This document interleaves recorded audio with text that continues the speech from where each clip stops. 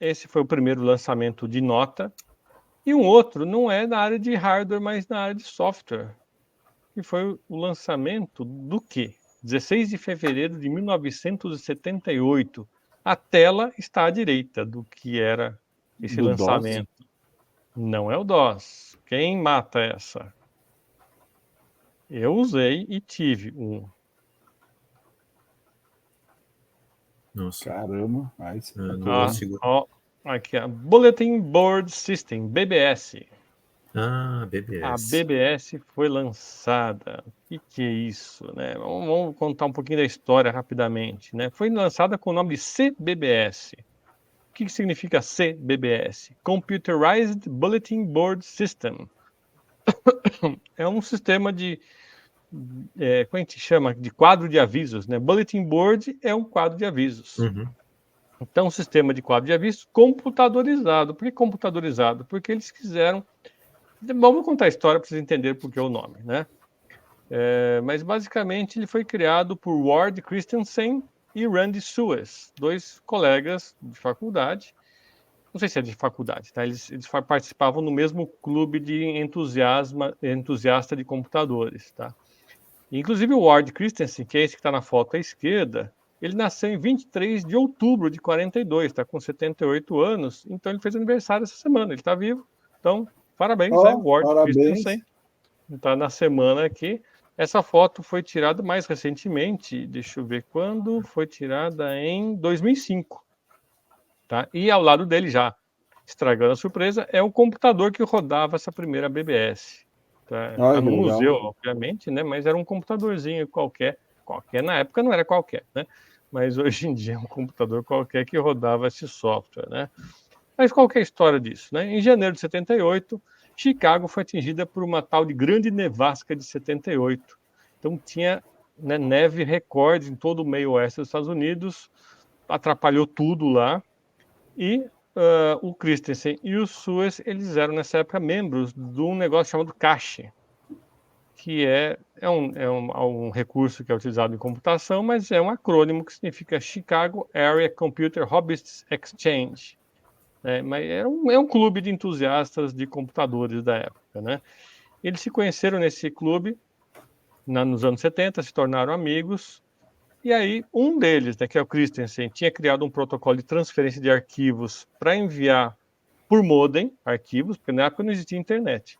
Como é que você trocava informações por computadores? Por linha de escada, você põe um modem e, né, trocava arquivo. Então ele criou um protocolo que ele deu o nome de modem, e depois melhorou esse protocolo e virou X-Modem, que é um protocolo que foi muito utilizado em BBS para realmente fazer trocas de arquivos via modem, né?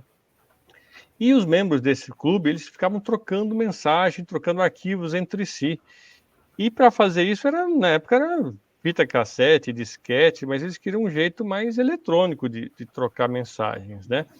E aí os dois, né, o Christensen e o Suez, eles ficaram, né, malucos com a ideia de criar uma espécie de secretária eletrônica e centro de mensagens para que os membros pudessem ligar para lá com os modems, que era novidade na época, e transferir um arquivo ou deixar anúncios lá, avisos, numa espécie de quadro de avisos virtual para que outros amigos pudessem ligar também, porque como estava tudo bloqueado pela neve, está difícil deles se encontrarem no clube. Então eles queriam que remotamente eles pudessem trocar mensagem e trocar arquivos, sem precisar ir até fisicamente no clube, né?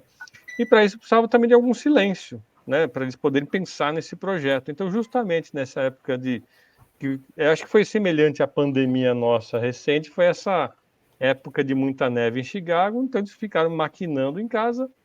O Christensen trabalhou no software e o Suez pegou um computador, que é esse cara que está na foto aí, um S100, para rodar o programa. Inclusive o Suez, ele fez questão que a máquina ficasse na casa dele em Chicago. Por quê? Porque todo mundo ficava em Chicago e a ligação ia ser local, né? Então era mais barato todo mundo ligar para Chicago, né? E aí eles acabaram trabalhando juntos, um fez o software, o outro conseguiu o computador, que é esse cara aí, e no dia 16 de fevereiro de 78, oficialmente foi inaugurada aí essa BBS, né, o CBBS, e aí o pessoal ligava via modem e deixava anúncios ali no software desse computador, deixava arquivos, aí outros usuários ligavam e podiam ver os anúncios e baixar os arquivos se quisessem, né?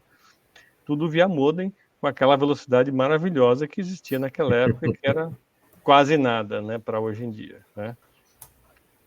E muitas vezes eles, como era um computador só, um usuário entrava de cada vez, porque era uma linha telefônica só deles, né? Então um ligava, mandava o que tinha que mandar, baixava o que tinha que baixar, desligava. Daí outro ligava e assim ficava, né? E a ideia era essa, um quadro de avisos eletrônico, né? Conta-se que eles puseram um contador, né, de chamadas, e essa BBS, durante o tempo que ela ficou no ar, eu não sei quantos anos ficou no ar, eu não tenho essa data aqui, mas foram aproximadamente 253 mil chamadas feitas para essa BBS aí antes que se aposentasse. Isso foi espalhando, foram sendo criadas outras BBS ao redor do mundo. Eu mesmo tive uma BBS. O Roberto, que já participou aqui alguns capítulos do Remute ano passado, também teve uma BBS. Ele me ajudou a configurar a minha BBS na minha empresa na década de 90, para atender clientes, né? E foi um precursor da internet, né? Antes de que existisse a internet, você tinha as BBS para fazer as trocas de arquivos e mensagens e também tinha conversas, né? Tinha não é chat, né? Tinha chat também, mas tinha área de mensagens, né? Era quase como um grupo de e-mail, né? Mas não era e-mail, né? Bom, e para finalizar aqui, mais recentemente, em 16 de fevereiro de 2003, o prefeito de Chicago, ele declarou o dia de BBS, o dia da BBS, justamente em homenagem ao primeiro BBS do mundo, que foi criado havia, né, na época, 25 anos, naquele dia em Chicago, né? Então, essa foto aqui que está à esquerda apareceu.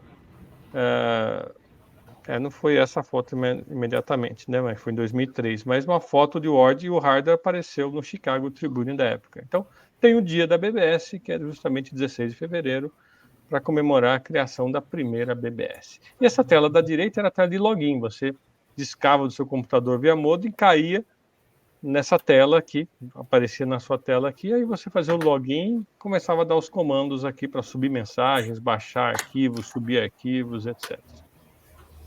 Então tá aí. Bacana. Primeira BBS foi lançada em 78. Quem já usou BBS, avisa aí já. Quem já foi usuário de BBS, já... Ninguém vai confessar, né?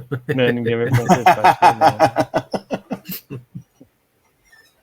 Antes da BBS, inclusive, eu usava o videotexto, que era um serviço da Telesp. Exatamente. Que usava um modem 1200 por 75 para também trocar. Não tinha arquivos, mas tinha mensagens, tinha textos, né? A velocidade